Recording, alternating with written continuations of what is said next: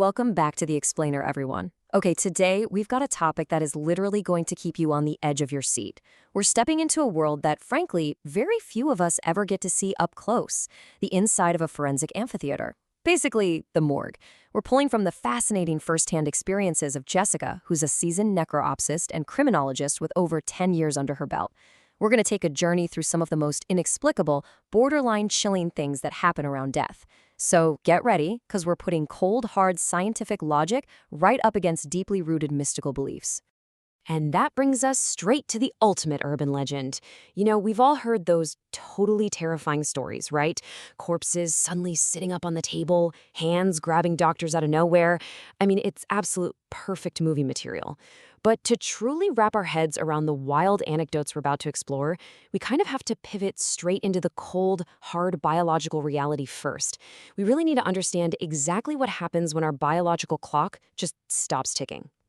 So let's dive right in and establish our scientific baseline. When a person passes away, their body doesn't just, turn off like a light switch and immediately become completely inert. Actually, scratch that. It enters a natural, progressive process. In science, this is called cadaveric phenomena, which is basically just the natural stages of decomposition. Now, for a pro like Jessica, these phenomena are just everyday occurrences. They're essentially biological road signs that tell her exactly how much time has passed since death and what's going on at a cellular level. When we look at this decomposition timeline, the crucial takeaway here is the biological clock of death. Check this out. At about 45 minutes, the eyes start to dehydrate. By the 3-hour mark, blood starts settling, which creates stains called livor mortis, and the muscles start to stiffen up into what we all know as rigor mortis. And here is the absolute key to debunking all those Hollywood myths. By the time a body actually makes it to Jessica's table in the morgue, at least 5 or 6 hours have passed. The organs are completely 100% deceased. As she points out, if a body that's been dead for 6 hours actually sat up on her table, she and her whole team would literally be running out the door. There is absolutely zero voluntary movement. So any sounds you might hear, like little groans or sighs, those are purely illusions of life, just caused by the escape of trapped gases. Section 1. The Crying Policeman. Okay, let's look at how this strict biology collides head-on with human mystery. This first case is incredibly emotional, and it actually left a young forensic assistant completely petrified. It's the tragic story of a policeman who took his own life while in jail. Picture this scene, right? The policeman's body is lying on the table, surrounded by a group of criminology students. Suddenly, his widow bursts into the room, runs straight to the body, and throws her arms around him. Jessica, showing just immense empathy here, stops everything and gives her 5 minutes of privacy. And from behind the glass, she watches this absolutely heartbreaking farewell. The wife is weeping inconsolably, whispering into her deceased husband's ear, giving him a final kiss. It was a goodbye just incredibly charged with overwhelming emotional energy. But once she left, the forensic work had to begin. And guys, here's where the story takes a truly shocking turn. So while instructing her students, Jessica adjusts the body and gently moves the man's head. In that precise instant, actual tears roll down from both eyes of the corpse. No way, right? With total professional composure, Jessica quickly wipes the tears away with her thumb so the class doesn't go into a full-blown panic. But her young assistant saw the whole thing. After the session wrapped up, the assistant, who was pale and visibly shaking, turns to Jessica and says, "You saw what I saw. He cried." This right here brilliantly illustrates the dual reality of this profession. On one hand, Jessica gave her assistant the irrefutable scientific explanation. Look, just like other sphincters relax after death, the tear ducts dilated, so when she moved his head, gravity simply did its thing and caused the accumulated fluid to drain. Boom. End of biological mystery. But diving into the deeper context of our sources, Jessica herself actually admits to a more personal belief. Deep down, when you're faced with such a profound, tragic case, she believes that sometimes a person's soul simply isn't ready to let go and leave. Section 2. The Northern Boots. Now let's shift gears to a mystery with a slightly different, honestly almost ironic tone. We're looking at the super peculiar case of a corpse that seemingly refused to be dressed. So back when Jessica was just starting out, she and her colleagues were working at an amphitheater located near a concert venue. They noticed this traditional Norteño-style outfit hanging up. We're talking cowboy boots, a vest, a Stetson hat, the whole shebang. Thinking it just belonged to some employee heading out to a dance later that night, they started goofing around with it, jokingly putting on the hat and vest. Well, that is until the senior technician walked in and basically dropped a bucket of ice water on them. He said, those clothes belong to the corpse on your table, and you are going to dress him. So when these rookies actually tried to dress the deceased in those super tight cowboy boots, they hit a total wall.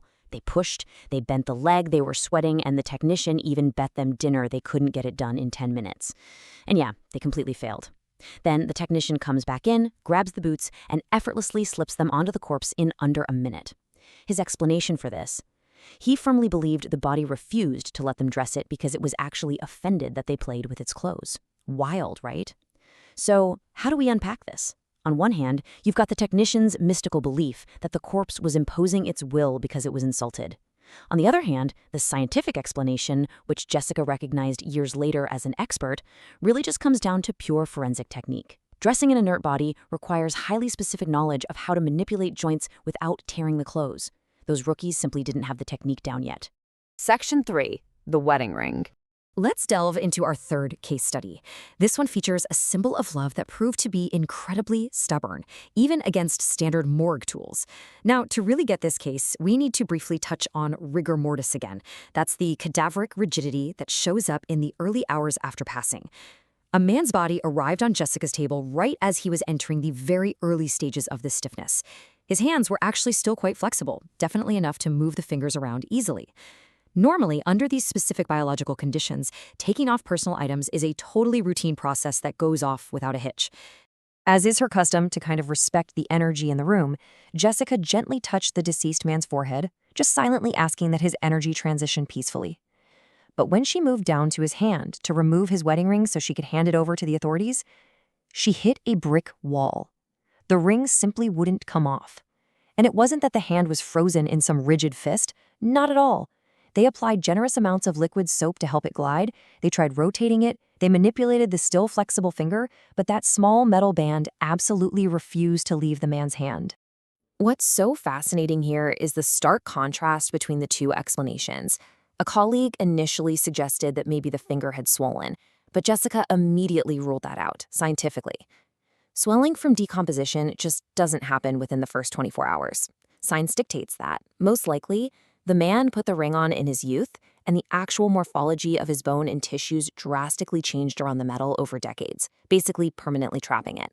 But on the flip side, even Jessica, with all her grounded logic, takes a second to consider the profound mysticism of the situation.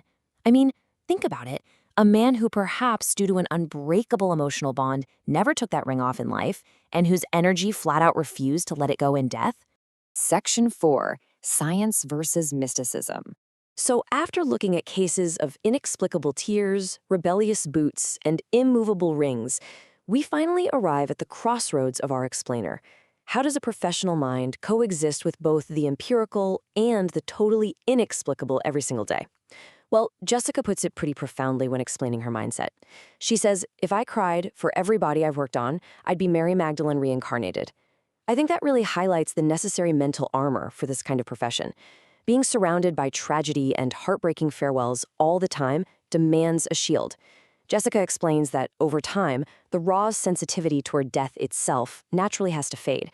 You have to lean on the hard science, the technique, and the rigid protocols of cadaveric phenomena. Because if you let yourself get consumed by every mystical detail of a soul supposedly refusing to leave, the job would just be impossible.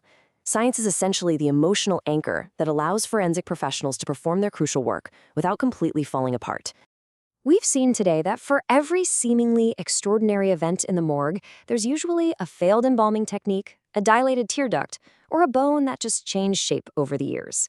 But we've also seen the incredible persistence of emotion, the heavy energies of farewell, and bonds that seemingly defy death itself.